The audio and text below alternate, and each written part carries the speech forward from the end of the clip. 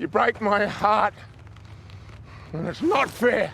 Even in the worst of times, true quality can be overlooked. 2024 was yet again not a good year for the box office, with a lot of movies deserving and non-deserving failing to rake in a decent profit. In this video, we're going to look at the films that were actually pretty damn good, but failed anyway for a number of reasons. Whether it be bad marketing, not being wanted, appearing to be what it isn't, these are 5 movies you should still check out despite the non-favorable box office.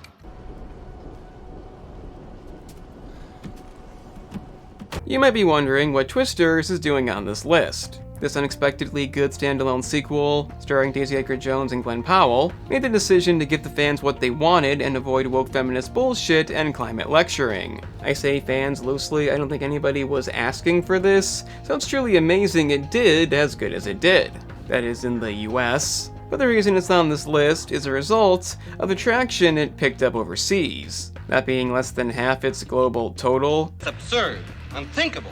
I don't know why this is. If I had to guess, tornadoes are more of an American phenomenon. But for my non-US viewers, a good disaster movie is a good disaster movie. It's still not a failure by any means, but due to the lack of success out of America, I feel it's worth mentioning. I don't need this shit, you know? Don't need what? What do you want me to do? I'm done! Inspired by the photo book of the same title by Danny Loyne, the Bikeriders depicts the lives of the Vandals, a fictional version of the Outlaws' motorcycle club. While not exactly my kind of thing, I can't deny the quality on screen here. And to those who enjoy this topic, it's a must-see. With an engaging plot, partly narrated by Jodie Comer, along with a great cast including Austin Butler, Tom Hardy, and Norman Reedus. However, it's not that complicated. There were other films to compete with. Bad Boys, Ride or Die, Inside Out 2 was still dominating, and you know the rest. Honestly, it's too bad, it really did deserve better. But ever since Jaws invented the summer blockbuster, it's been the way it goes. Whose idea was this? Of all the movies I've covered on this list, The Fall Guy is the most obvious. It was a central point of that video, and it's a real shame. Starring Ryan Gosling as a professional stuntman, and Emily Blunt as film director and ex-lover, the combination of action, comedy, and mystery elements, along with mostly practical effects to fit in with the stuntman theme, I was at first surprised at the lackluster box office. Especially because we had one lead from Barbie and a lead from Oppenheimer, 2 of last year's biggest movies. But in hindsight, that doesn't really mean anything. The marketing for this wasn't exactly good, misleading audiences to what the genre is, and releasing alongside Tenet, a supposedly bad but very successful movie, didn't do it any favors. But the biggest issue of all may be, nobody wanted an adaptation of a 1980s series they probably never heard of. And before continuing, I'm going to ask you to hit the like button down below, and consider subscribing, as you probably found something new to see. If not, I have a gaming channel for similar content with games. Link in the description. Everyone's saying they're being swindled and shortchanged. Everyone's saying it's my fault.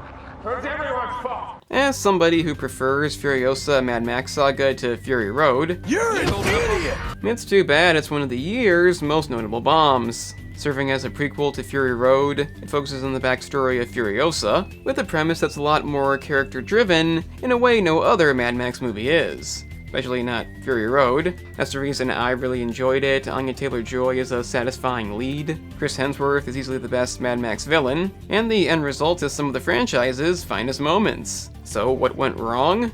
Well, a lot. Aside from almost a decade late, I don't think a Furiosa-themed movie was in high demand, but the biggest issue may be the girl boss mentality. Granted, that's not what it is, there's nothing feminist about this, but considering the times we live in, you can't blame the public for not being interested. After all, it's the first movie without the title character. I haven't seen either of the new Bad Boys movies, but the heavily masculine Ride or Die easily beats this, and I highly doubt it's the better film. Bottom line, if you're a fan, don't sleep on this, and don't judge a movie by the decade we live in. When we succeed, we do it as a nation, and when we fail, we grieve as a nation. Right. That's what it means to be American. Oh boy, did this one not have a chance. Biggest bomb on this list by far, and I think one of the year's biggest failures, and as you may presume, it's not a bad movie. with Scarlett Johansson and Channing Tatum. Fly Me to the Moon is set during the Apollo 11 mission, and has a unique premise of setting up a fake moon landing. This is in case the mission goes wrong. It's described as national security, but despite the 2-hour-plus runtime, it's entertaining all the way through, manages to keep you guessing where the plot's going, and is held up by Scarlett Johansson's charismatic performance. There's a lot of reasons to like this movie, but again, the old summer blockbusters shut it down. Releasing alongside Longlegs, let's face it, Nicolas Cage does not disappoint these days, but the combination of that and other summer movies isn't even the extent. Mixed reviews kept moviegoers uninterested, which I don't agree with, but it wasn't helping to win the crowd over. Oddly enough, it was originally going to release on Apple TV+, but strong test audiences led to a theatrical release, and I guess they should have just done that, as Fly Me to the Moon was dead on arrival. It's not the best thing on this list, but it's entertaining. Check it out. So that was 5 2024 movies that simply didn't deserve to fail. This is not definitive, some may have done worse, some may have done better, but in the end, I can't see everything. So if you found something you missed, please hit the like button, consider subscribing, and sharing the video really means a lot, as YouTube legitimately quit doing that. I'm the Analyst, and remember kids, there are still good female leads. It doesn't have to be a joke.